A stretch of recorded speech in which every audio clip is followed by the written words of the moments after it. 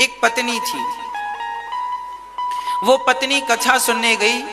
गांव में कथा हो रही थी, गुरुजी आए। कथा में गुरुजी ने यही कहा कि सच्ची पत्नी वो है जो अपने पति की आज्ञा से ही सारा काम करे, पति की आज्ञा का कभी उल्लंघन ना करे, पति के सो जाने के बाद सोए, पति के जागने के पहले जागे, पति की आज्ञा को ईश्वर की आज्ञा माने। वो सच्ची पतिव्रता होती है। पति जब कहे तो भोजन करे, पति जब कहे तो पति की आज्ञा का पालन। अब वो पत्नी ने कथा सुनी तो उसने अपने पति के प्रति प्रेम जगा लिया और वो अपने पति से भगवान की तरह प्रेम करने लगी। रोज पति की आरती उतारती, रोज पति के पांव धोती, रोज पति की सेवा करती, चरण धोती, आरती उतारती और हाथ जोड़ के खड़ी हो जाती। और जब तक उसके पति ना कहें तब तक वो भोजन नहीं करती। अब उसने कथा से संकल्प ले लिया कि जब तक मेरा पति नहीं कहेगा मैं भोजन नहीं करूंगी। आज सुबह उसका पति भोजन करके चला गया। शाम को आया, शाम को पति ने भोजन किया, सो गया। उसने अपनी पत्नी से कहा नहीं कि भोजन कर लो, क्योंकि रोज नहीं कहता था तो उसकी आदत नहीं थी। पूरा दिन उस स्त्री ने भूखे रखा, कहा नहीं अपने पति से कि तुम हमसे कहो तब हम खाएं। ऐसे नहीं थी कि करवा चौथ में पति खवाना भूल गया, खिलाना भूल गए तो गुस्सा हो जाए। हाँ, उसने कोई शिकायत नहीं की, कोई शिकायत नहीं की। दूसरे दिन फिर पति भोजन करके चले गए, शाम को फिर खा के सो गया।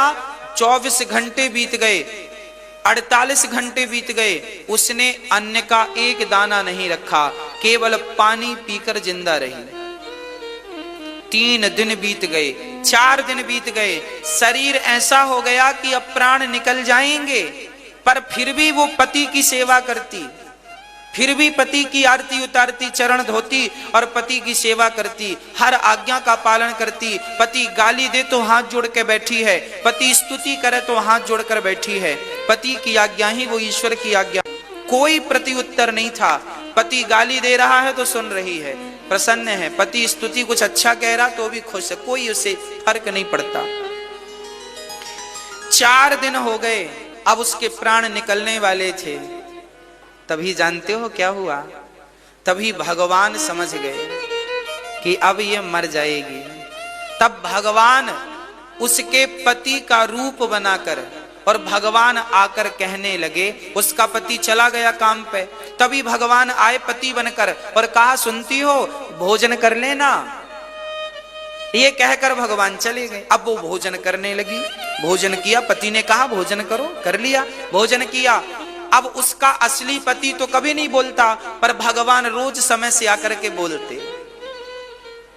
एक दिन क्या हुआ, उसके पति काम पर नहीं गए थे, उनकी तबीयत जरा खराब थी, तो पति घर पर बिस्तर पर लेटे थे और ये अपने पति के पांव दबा रही थी और सिर पर ठंडे पानी की पट्टी रख रही थी माथे पर।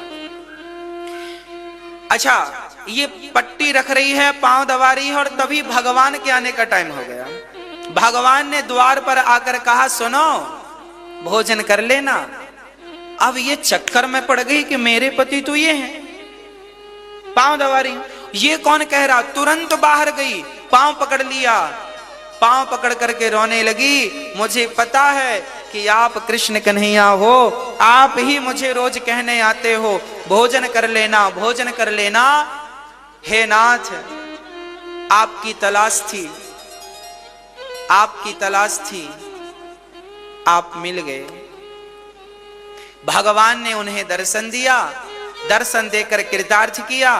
कहने का तात्पर्य क्या है कि इस पति की सेवा की तो वो पति मिल गया जिसकी चाहत थी, जिसकी तलाश। जिस पति को अपने पति के भीतर तुम क्या देखती थी, भगवान को देखती थी ना, तो आज भगवान मिल गए कि नहीं? हाँ भक्तों, इस पति से उस पति तक पहुंचना ही जीवन है।